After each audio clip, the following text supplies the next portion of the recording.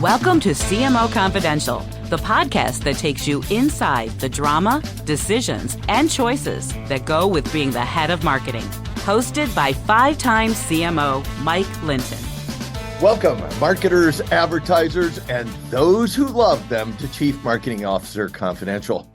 CMO Confidential is a program that takes you inside the drama, the decisions, and the politics that go with being the head of marketing at any company in what is one of the most scrutinized jobs in the executive suite.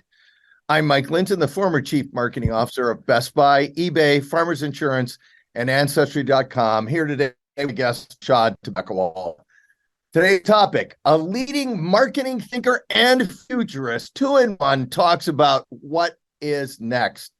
Now, Rishad has had major positions in many agencies, including president of Starcom, Chief Innovation Officer of Publicis, and CEO of Danu, an agency focused on the creative process. He's also a best-selling author, an in-demand speaker, and the host of What's Next, a podcast that focuses on, you guessed it, listeners, what's next. It's a wide-ranging look at the future and forces shaping it. Welcome, Rishad. Thank you for having me, Michael. So first question, let's just jump right into it. We can talk about the future, and I know you think about the future all the time. Tell us about the future for the business, the key forces you see coming down the road.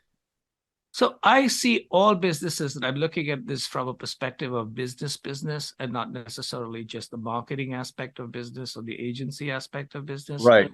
We have four big shifts going on, and these four shifts are what every leader, whether they be a marketer or the head of an agency or the head of a business, need to be aware of.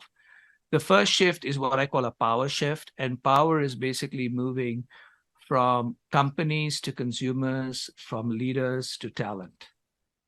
The second is a mind shift, and the mind shift is basically people are, especially younger people, are questioning everything from where they work to whether they believe in capitalism. 66% of Gen Z who have a full-time job also happen to have a side hustle or a passion project. You just said 60%. 66%. Holy cow. Because I'm writing this new book called Rethinking Work. So this is sort of the research that I've discovered. 22% of them, Gen Z, believe in capitalism. 66% of baby boomers believe in capitalism, right? So there's this mind shift. There is this power shift. Then there's what I call the boundary shift in the world of marketing. What's above the line and below the line and offline and online and social and mobile and e-commerce. When someone looked at a video in TikTok, decides to buy a product and picks it up at Walmart. What's that, right? So most companies have been organized according to the containers of the past. And, you know, whether it's the collapse of the funnel or the questioning of a campaign, increasingly people are thinking about journey and journeys and omni things versus simple things. Right. So that's what I call the boundaries. And then the last one are technology shifts. We're entering sort of the third technology age, where some combination of AI, AR, VR, voice, 5G, and blockchain are going to have the same impact that the first connected age, which is about search and e-commerce, and the second connected age, which is about mobile, social, and streaming did. And so you have these technology shifts, you have these mind shifts, you have these boundary shifts, and you have these power shifts. And people, therefore, are asking both what I see with CMOs and leaders. They ask three questions. Number one is, how do I make sure that my business model is relevant? Number two is, how do I make sure that my partners and my talent is relevant? And if you give them enough drink, they will ask, how do I make sure that I remain relevant? That I remain relevant, you bet. Because this is a pretty major shift. When you look back in history, it's probably hard to see a shift of this many things at once in our life, maybe, right? It's the biggest shifts I've ever seen, and I've been, obviously, like you, been around the block a bit, and I've been doing this now for 40 years plus. And I was obviously a pioneer and led a lot of the first and second shifts. I was involved in the first and second. And the third one is because the first two were a little bit more technological and economic. So, you tended to have a technology shift or maybe a great recession, on Right. 9/11. This, in addition to that, has this mind shift and this journey shift, which are like confusing people, and these power shifts. You've never seen the power shifting, and that's one of the things that most senior people like. Now that I'm a pathetically unemployed person, I get to go into boardrooms and basically say, hey, listen, you people, you're amazing. I'm in awe of you, but you're not talking to each other and you'll have lost the plot. Nobody wants to be like you excepting you. Right? This is such an interesting topic because you can see it all over, which is it's also uncontainable. You don't know when it starts or stops, and it's amorphous and it feeds on itself. It definitely does, and it's one of the reasons why this. I write this Sunday Substack thought letter. I've been reading that. This Sunday, I wrote a poem. It was called basically The Lamentations of the Modern Manager, because this is what I hear from everybody, like the CMOs and people who are like me, which is like, what the shit's happening? Yes, next week I'm waiting for a limerick from you because I did read the poem. So all right. So we have all this shifting. We have everything up in the air. It is really hard even to see it, much less contain it or fix it. So you have to ride the wave. So now throw the market. You've laid out this business, all these all these shifts. Throw the marketers and the ad agencies into that equation. What do you see for them? What should they be doing? So here's the basic. The first is, I believe that marketers and marketing is going to get more important in the future than it already is, and it's already very important. And that is because all these technology shifts have given power to what we call the consumer, or what I call people. Yeah. Okay? And in the old days, I would read a book by Philip Kotler, the famous professor from Northwestern.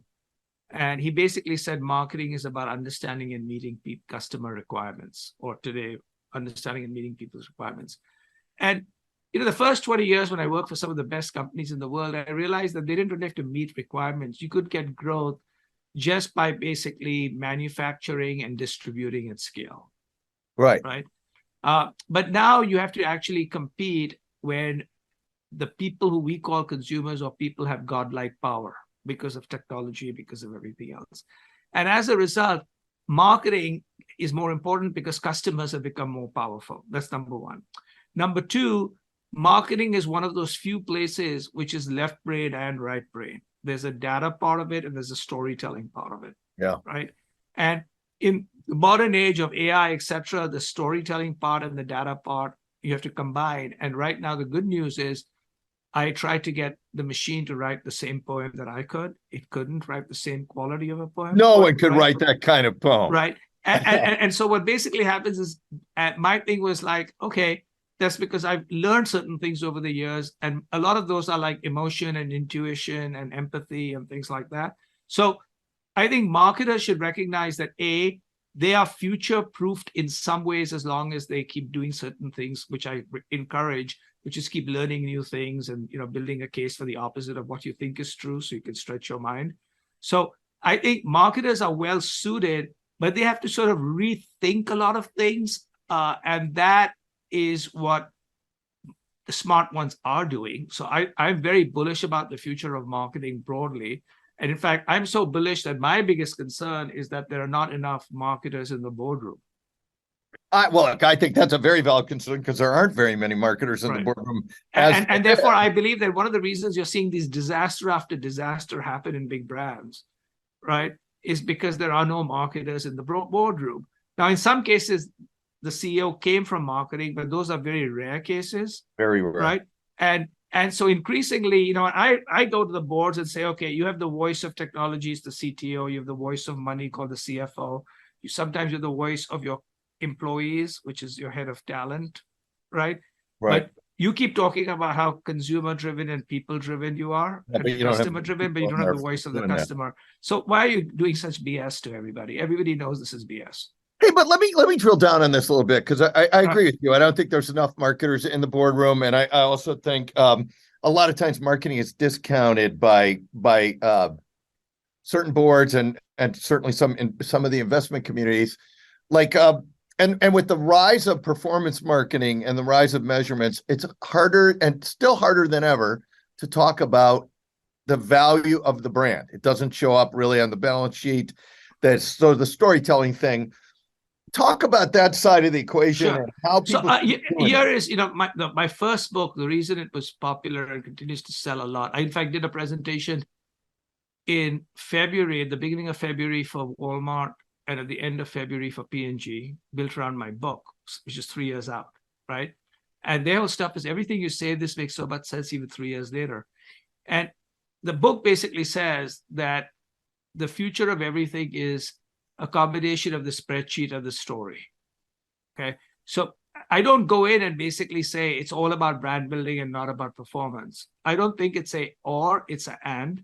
And here are 3 reasons I give boards a different way to look at things. So let me give you one. What is the board very interested in? Their number one goal, though I don't think it's a fantastic purpose to have, but it is their number one goal, is increased value of the company. Right. How do I increase the market cap of my company? Right. Right. So I basically say, let's talk about the companies which have the biggest market cap, whether it be an Apple or a Louis Vuitton, Moet Hennessy, or which is the biggest market cap in Europe. Right. And I said, do you think they differentiate on price, or do you think they differentiate on design, storytelling, logistics, and provenance? Okay. So I said or Disney, the most valuable companies, right, use logistics and infrastructure as an input, but that's not how they differentiate themselves. They just don't. Okay. And by the way, most of the logistics of Apple are Foxconn and Samsung screens and things like that. So that's number one. So number 2 is, all of you in the boardroom, how many of you all wear a watch? You all are wasting your money because your phone has a watch. How many of you all drive a car that's better than a Toyota Camry? All of you all, you're wasting your money. Exactly. Right? So in effect, you are making decision after decision, which is not data-driven. And you basically believe that data-driven decisions is what drives results, which is total and complete and utter bullshit. The third is, most performance marketing is a rigged game, which basically has Facebook and Google and Amazon taking all your margin. You're bidding against other people for margin. So in effect, you are being fooled, deluded, and driving. And look at what happens to companies that don't do that. Look at their market cap. So give me a life. And by the way, if you think it's all about math, AI is coming after your job, get out.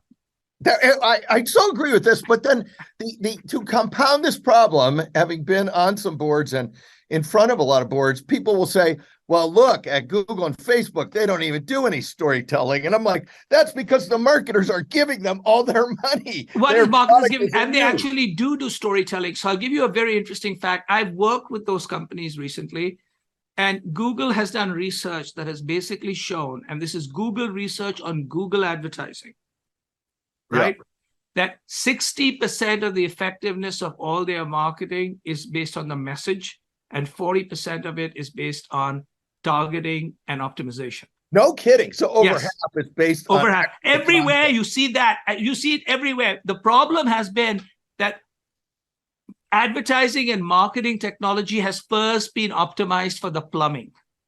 It has not been optimized to measure the poetry. But now there are whole bunches of companies that are measuring the poetry, which That's a great quote. We've optimized the plumbing, but right. So the whole idea is actually not the shower. The future is about the plumbing and the poetry. Okay, you got the plumbing, and I understand. So I'm not the guy. Remember, I have an advanced degree in math, a degree in finance, and I've led some of the digital shit. So my whole stuff is, hey, listen, clowns, I believe in this nonsense, but it's essential but not sufficient to win with that. Because almost all of that, like when someone says, I got amazing data, I said, unless you're Apple or Amazon or Uber or a few other places, you don't have amazing data. Whatever data you have, I can go buy the same stupid data. Give me a break. Most of these people don't even understand their own business, right? And they hide behind all these terms, data lake, disruption, platform. I said, speak to me in English, boys and girls. What are you talking about? Okay, this is going to be, I'm just going out on a limb already, a red hot show when it hits.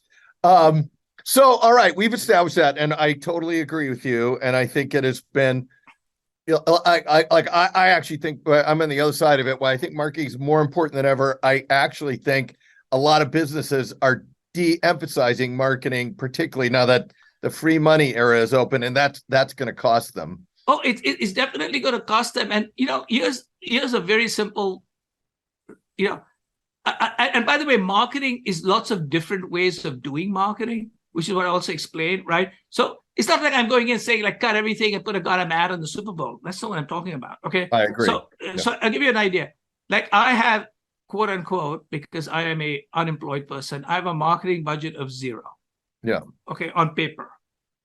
However, if you look at the way I allocate my time, I probably spend the equivalent of 6 to 8 hours a week. So let's say 20% of if I were working, 20% of my time, which means 20% of my budget on marketing. Okay.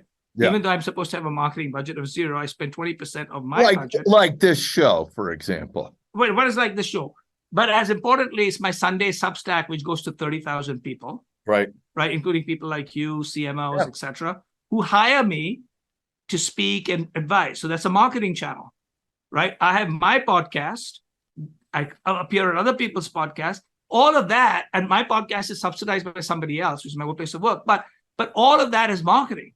And so my whole stuff is think about the fact that what you want to try to do, you want to build a brand, you want to get people to like you, you want to build relevance and likability, you want to build fit.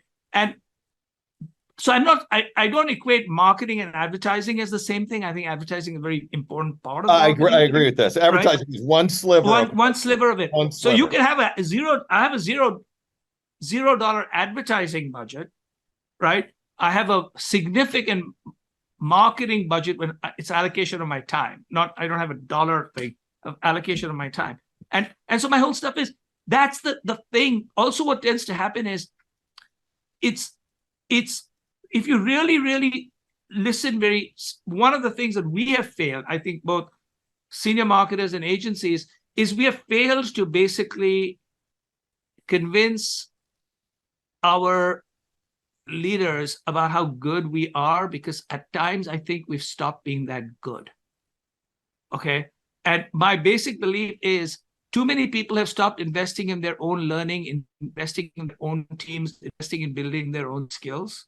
Right. So often what people say is marketing is the way I did it 6 years ago or 10 years ago. No, marketing is still important, but you can't do marketing like you did 10 years ago or 15 years ago. No chance. It evolves. It's evolving at light speed. It's evolving, but you have to learn and you have to be very comfortable. Right. It's one of those key things. And that is like really the challenge that we have to sort of think about. So I think that is an interesting point, and by definition, you've answered one of the questions I was going to ask, which is CMO should always be learning and testing at the frontier of new. Yes, they definitely need to do that. And by the way, they need to also learn themselves. So one of the things I tell everybody who's senior is to allocate 1 hour on their calendar every day to learn. That's good. Yes, I used to always have. Okay, and I said, look, you're the boss.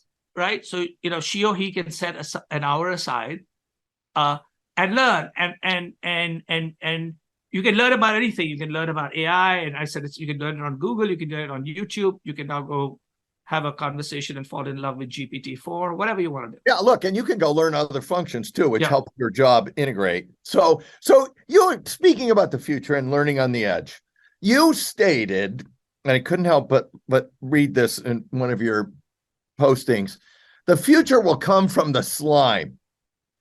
Now, what does that mean, and how should our listeners get the most out of the slime? All right. So the line in its entirety is the future will come from the slime and not the heavens. Okay. And so this is the key thing. So I truly believe that I made many mistakes. I probably make 10 mistakes a day. But in my business career, when someone says, like, how many mistakes did you make? I said, very big ones I've made.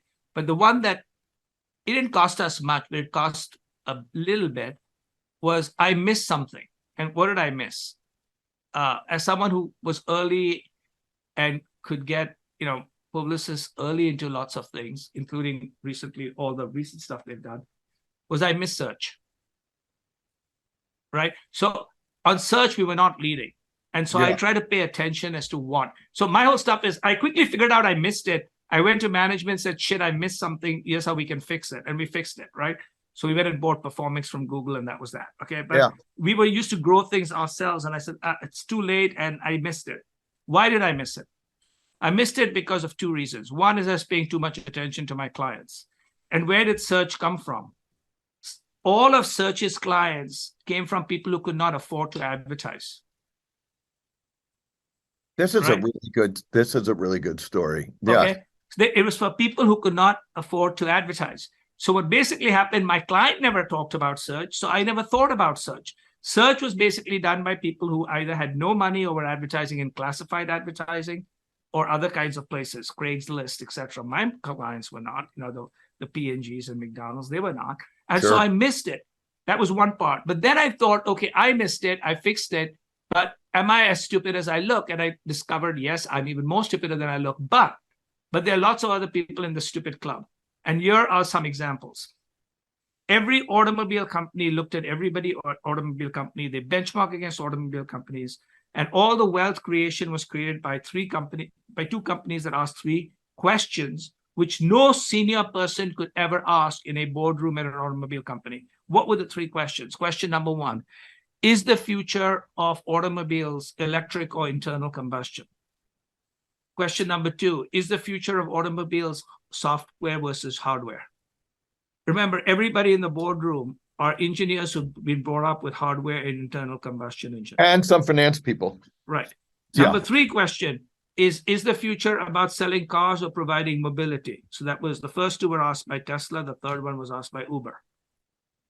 Right? Similarly, P&G and Schick kept looking at each other, adding more blades, becoming so expensive they couldn't. You have to feel like a shoplifter to buy their products. You have to go. Yeah, well, a lot of times they lock them up. Yeah. Yeah, you got to get it basically unlocked. But guess what they had? They basically had amazing manufacturing, fantastic blades. They had locked up distribution at CVS, Walmart, all these particular places. They had all the television airwaves, right? And they were cool. 2008, 2009 comes. There's a recession. Second connected age happens with increase of broadband and social. And Dollar Shave Club and Harry's basically uses YouTube, $1 price and subscription, and takes away 17 share points. Which makes perfect sense, because who needs a sixth blade and a did IBM see Microsoft coming from MS-DOS? Did Microsoft see Google coming from search? Right? So I always tell marketers, you're benchmarking against your existing competitors, and being less pathetic than your existing competitors is not a strategy for success. So this goes back to the boardroom discussion, though, I think, because if you don't have the right provocateurs on the board, right, you will, and if you have a culture that won't let the question live, the question doesn't live, and two, even if it lives, it never gets asked. So that is, how do you solve for that? So the way you solve for that, there are two ways to solve for it. For people who want a solution, there's the paid solution and the free solution. The paid solution is buy my book and read this particular chapter. Listen to this podcast. Right. Yeah. The free solution is read this particular post of mine among my many posts. And the post title and the book title is the same, but the post is obviously a shorter version. It's called the Turd on the Table. Okay. It's the chapter that's most favorite among one of my two ex-bosses, Jack Clues, and probably among Maurice. And basically what it is I said, everybody sits around the table. There's something brown and moist on the middle of the table. Everybody pretends it's a brownie, but we all know it's a piece of shit, but nobody calls it out. Okay? And I said, that's the beginning of the end of a company. That's how Wells Fargo opens fake accounts, Boeing sells bad software, all the people who talk about innovation, but if you can't call out the turd, no one's going to be calling out about innovation, right? And I said, how do you build a culture where people can call out the turd on the table without being fired? And that is a lot of what marketing and other leadership need to do. But you know what? I mean, a lot of people know the turd is there, but the company has built a culture around not calling it out and punishing those that do. And so here's what is happening is increasing. And the reason why that is very worrisome now, that's very worrisome, and that I'm showing in my second book, and you see some of it in my writing. I don't get too extreme about it because I did work for 100,000 person companies. So I don't want to basically say that large companies are not great, which they are. And most of the people I still work for are very large companies. But here's what happens is, in addition to the fact that 66% of Gen Z have a side hustle or side gig, 76% of them want to work for themselves. Okay. And the most talented people, like you and I, had to stay because we were pretty pathetic, but the talented people leave. So my whole stuff is, guess what? Not only will you have a culture that you aren't talking about the turd on the table, but everybody around the table are all the turds. All the good people have already left. So when I do the descriptor for the show, I know that turd on the table will make it into my descriptor. And basically my whole stuff is like, people are so scared. Like, in fact, one of the big things that I do now is I go in and they said, like, obviously I'm respectful and I don't say anything, Oh yeah, I sense that. Right. I do it with great. Almost everything I do makes fun of me first. So they say, okay, the guy himself is a flaming turd, but then I talk more about other things. Okay. But the reality of it is that so much of the problems and challenges now inside a company is that companies are not led correctly. Right? I agree with this. Okay. And there's a leadership challenge. And leadership doesn't mean it's a boss. Everybody can be a leader. So I'm talking a lot about how to be leaders today, right? Or even when people talk about cultures. So I said, like, let me tell you what I've studied cultures. Cultures is not hanging around in an office. Culture is not going to a spa. Okay. That's not culture, right? Culture are 4 things. And a couple of them we don't talk about. We only talk about 1 or 2. Okay, the first one, which we don't talk about, is you can't have a great culture unless you have a quest for excellence. Okay, so unless you have excellent products, excellent services, excellent results, excellent people, that's not a great culture. You can't do that without excellence. So let's talk about excellence first. The second thing you want is a growth mindset, which is constantly learning. The third one is you want collaboration. People talk about that. And the fourth is you want communication, and people don't talk about that, which is calling out the turd on the table. So for most people, culture is a highly collaborative place where people like each other. That's kind of important, but by the way, that's a country club. That's not a company. It doesn't stop the plane from smashing into the mountain. It doesn't prevent anything. So I said, where's the growth mindset? Where's the excellent results? Where's the calling out the turd on the table? So I think we're almost out of time. So right. I want to, we might have to have you back because we might have to have a follow-up of the turd on the table thing if you will come back. Absolutely.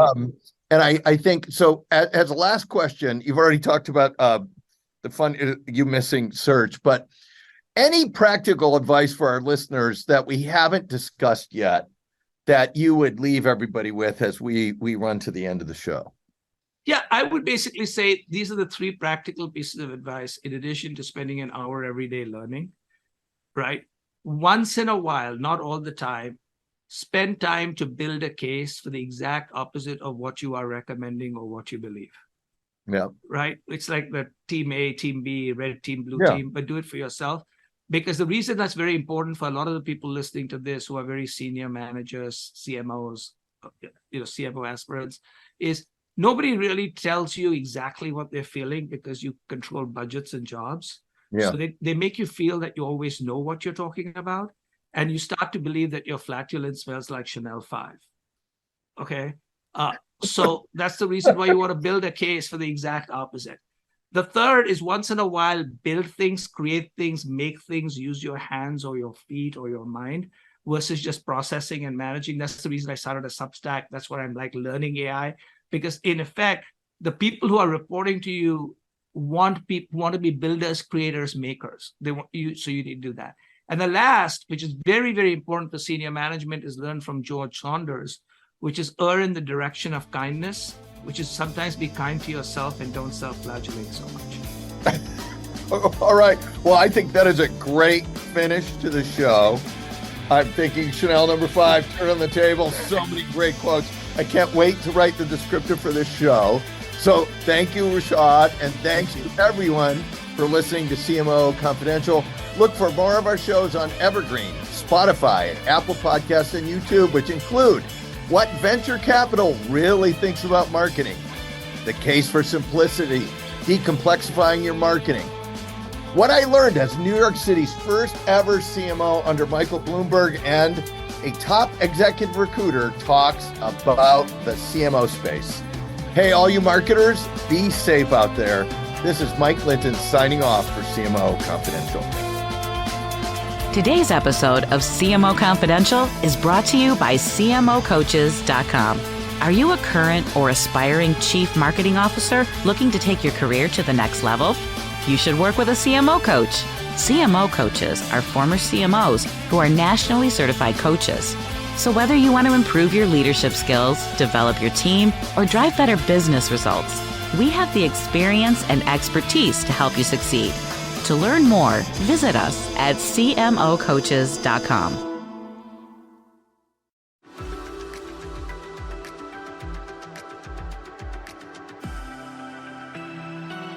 Are you tired of the same old productivity hacks? Have you read the top 20 books on effectiveness, and yet your workdays and email inbox still causing anxiety, burnout, and even depression? Ready to learn the latest in brain-based modalities, techniques, and technologies to optimize your success and well-being? Welcome to the Focus to Evolve podcast, where we'll illuminate your path to spacious productivity and balanced thriving. Each week, we dive into deeply insightful and immediately impactful methods to help you become highly effective while promoting health, profitability, and well-being. Say goodbye to the trance of busyness and hello to your highest potential. It's time to discover a new way of accelerating your mission, growth, and purpose. Join us on the Focus to Evolve podcast and get ready to live your most joyful, productive, and fulfilling life.